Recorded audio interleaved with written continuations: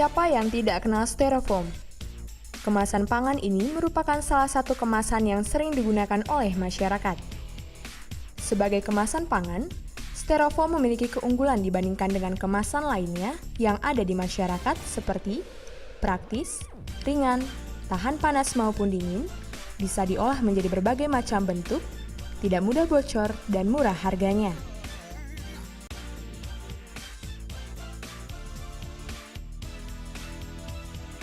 Namun demikian, styrofoam juga memiliki dampak negatif seperti tidak biodegradable, tidak renewable, menggunakan CFC yang mengakibatkan efek rumah kaca, dan jika dibakar, styrofoam akan menyebabkan dioksin, serta dapat menyebabkan gangguan hormon syaraf, masalah reproduksi, dan masalah kesehatan lainnya. Dilatar belakangi oleh hal tersebut, tergagaslah sebuah ide untuk membuat bahan alternatif pengganti styrofoam yang disebut dengan biofoam.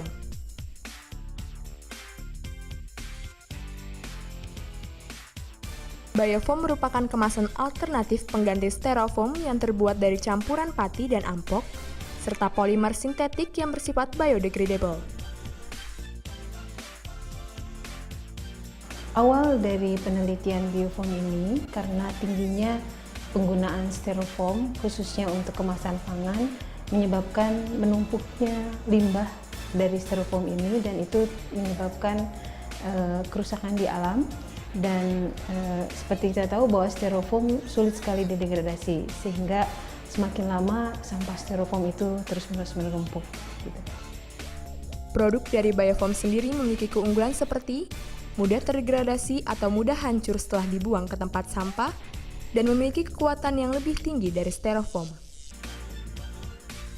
Penggunaan biofoam dalam packing buah di mana tingkat kerusakan buah selama transportasi menurun.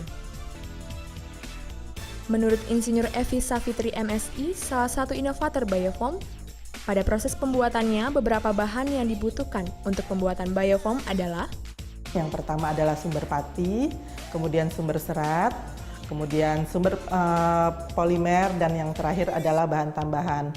Bahan tambahan ini bisa berupa binder sebagai pengikat, dan juga yang kedua adalah demolding agent untuk membantu agar produk yang dicetak tidak lengket pada mesin pencetaknya. Sebagai sumber serat, itu bisa digunakan berbagai macam limbah pertanian, bisa berupa jerami, tongkol jagung, kemudian limbah kelapa sawit ataupun limbah sagu. Sedangkan sebagai sumber patinya itu bisa menggunakan tapioka, kemudian pati sagu, pati maizena, ataupun sumber pati yang lain.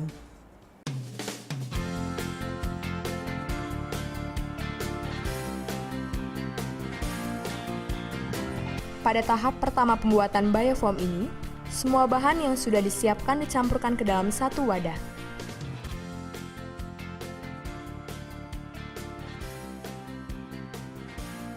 Lalu dimixer sampai semua bahan tercampur secara homogen.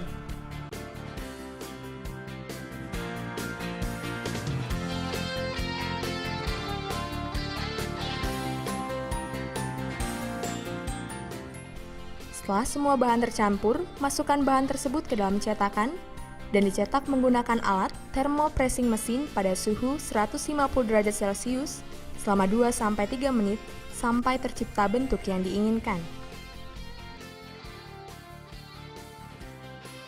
Pada prinsipnya pembuatan biofoam ini menggunakan teknologi yang sederhana, yaitu seperti pada pembuatan wafer ataupun kue cetak. Namun demikian, pada saat pembuatan biofoam ini kami menggunakan alat yang khusus didesain dengan nama thermopress mesin. Thermopress mesin ini prinsipnya mencetak dan kemudian memanaskan adonan hingga menjadi bentuk yang diinginkan.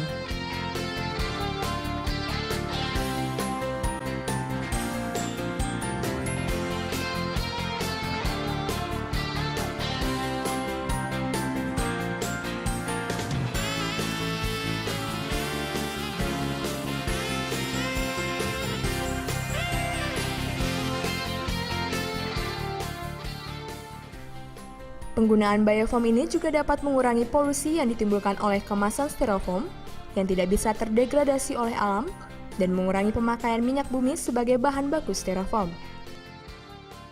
Kedepannya, diharapkan biofoam dapat menjadi alternatif kemasan yang ramah lingkungan serta aman bagi kesehatan masyarakat.